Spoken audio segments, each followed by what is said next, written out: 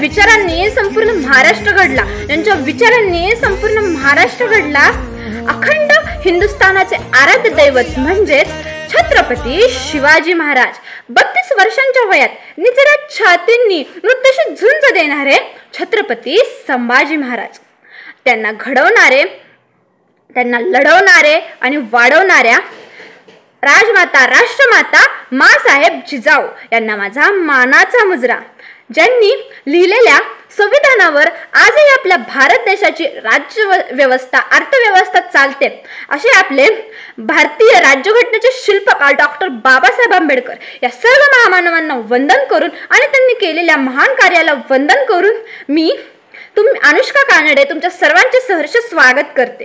आज 15 ऑगस्ट दिनानिमित्त मला इथे बोलण्याची संधी दिल्याबद्दल खूप खूप आभार। मी काही बोलण्यापूर्वी मला माझ्या देशाचा किती अभिमान वाटतो हे मी पुढील 4 ओळींनी तुम्हाला व्यक्त करू इच्छिते, ते तुम्ही शांतपणे ऐकून घ्या।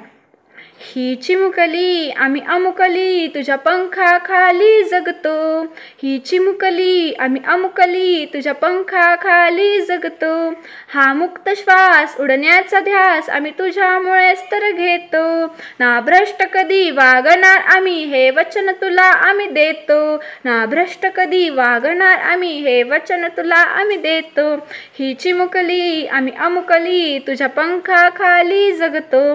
धन्यवाद। आज इथे मला बोलण्याची संधी दिली त्याबद्दल मी सर्वांचे खूप खूप आभार व्यक्त करते।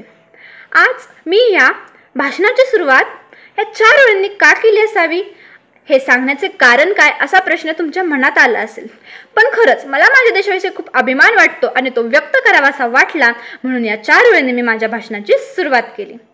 तुम्ही जवळच्या देशाचे उदाहरण घेऊ शकता की आपला भारत देश कसा आहे, आपल्या भारत देशाची काय परिस्थिती आहे, काय अवस्था आहे। जसे की श्रीलंका, एकेकाळी सोन्याच्या श्रीलंकेची आज काय परिस्थिती होऊन बसली आहे, एकेकाळी त्या सोन्याच्या श्रीलंकेची आज काय परिस्थिती होऊन बसली आहे। आपल्याला जसं आपल्या देशाचा अभिमान वाटतो तसाच अन्य देशांचा देखील अभिमान वाटला, आपला भारत देश खूप महान आहे।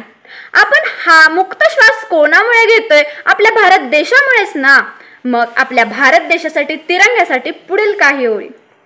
3 रंग झेंड्याचे सारे माझ्या आवडीचे, 3 रंग झेंड्याचे सारे माझ्या आवडीचे, मान पहिला भगव्याचा मंत्र देतो त्यागाचा, 3 रंग झेंड्याचे सारे माझ्या आवडीचे, 3 रंग झेंड्याचे सारे माझ्या आवडीचे, मान दुसरा पांढऱ्याचा मंत्र देतो शांतीचा, 3 रंग झेंड्याचे सारे माझ्या आवडीचे, मान तिसरा हिरव्याचा मंत्र देतो समृद्धीचा, 3 रंग झेंड्याचे सारे माझ्या आवडीचे, रंग निळसर चक्राचा मंत्र देतो धावण्याचा, 3 रंग झेंड्याचे सारे माझ्या आवडीचे। आपला भारत देश 15 ऑगस्ट 1947 रोजी स्वतंत्र झाला, मुक्त झाला। आपण स्वातंत्र्य मुक्त आहोत। आपल्याला सर्वच कामांमध्ये स्वातंत्र्य आहे, जसे की शिक्षणाच्या बाबतीमध्ये स्वातंत्र्य आहे, व्यवसायाच्या बाबतीमध्ये स्वातंत्र्य आहे, गुण कला कौशल्य या सर्वच गोष्टींमध्ये आपल्याला स्वातंत्र्य आहे। स्वातंत्र्य म्हणजे काय? स्वतंत्र राज्य म्हणजे स्वातंत्र्य होय। आपला भारत देश जरी वरवर जरी चांगला दिसत असला ना तरी आतमध्ये त्याला एका रोगाने पछाडलेला आहे। नाही हो, मी कोरोना रोगाविषयी नाही बोलत, मग मी कोणत्या रोगाविषयी बोलते असा विचार तुमच्या मनात आला असेल। सांगते त्यापूर्वी मी एक तुम्हाला गोष्ट सांगणार आहे, त्यातून तुम्हाला समजेल की मी कोणत्या रोगाविषयी बोलते आणि तो कोणता रोग आहे। तर गोष्ट आहे खूप जुन्या काळची।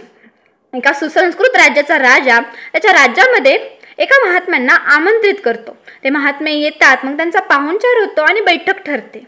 पूर्वी कसं असायचं, बाहेरच्या देशातून जर एखादा पाहुणा आमंत्रित केला तर त्यांची बैठक असायची, त्यांच्या खाऊ पिऊचं बघितलं जायचं आणि मग पुढे काही असतील ते संवाद। असो, आपण आपल्या गोष्टीमध्ये पुढे जाऊयात। तर काय झाले, राजा गुरुजींना विचारू लागला की गुरुजी, मी तुम्हाला एक प्रश्न विचारू का? मला तुम्हाला एक प्रश्न विचारायचा आहे। त्यावर गुरुजी म्हणतात, ठीक आहे राजा, विचारा ना।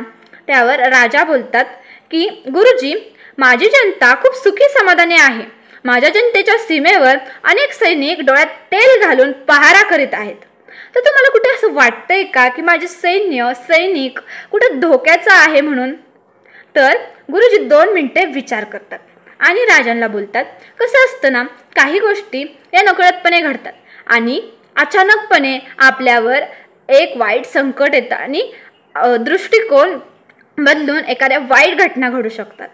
त्यावर राजा विचारात पडला.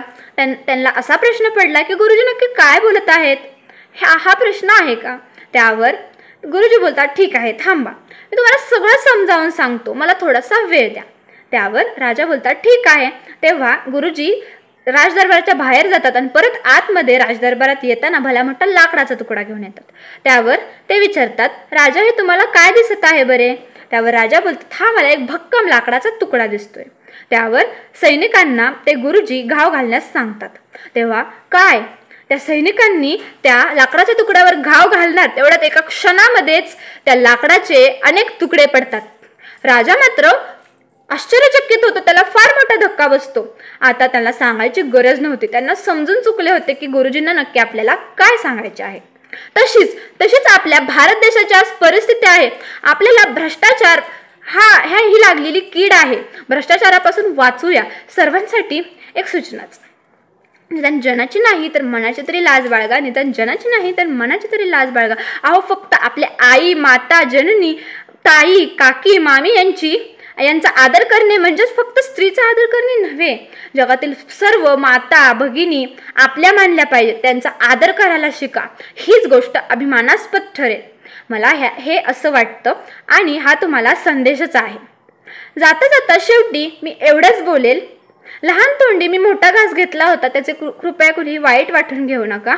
आणि मी माझे भाषण संपवण्यापूर्वी एक शेवटचं घोषवाक्य देते. 15 ऑगस्ट स्वातंत्र्य दिन आज आला. 15 ऑगस्ट स्वातंत्र्य दिन आज आला. सारे मिळून भारत माता की जय बोला. सारे मिळून भारत माता की जय बोला. जय हिंद, जय महाराष्ट्र. धन्यवाद.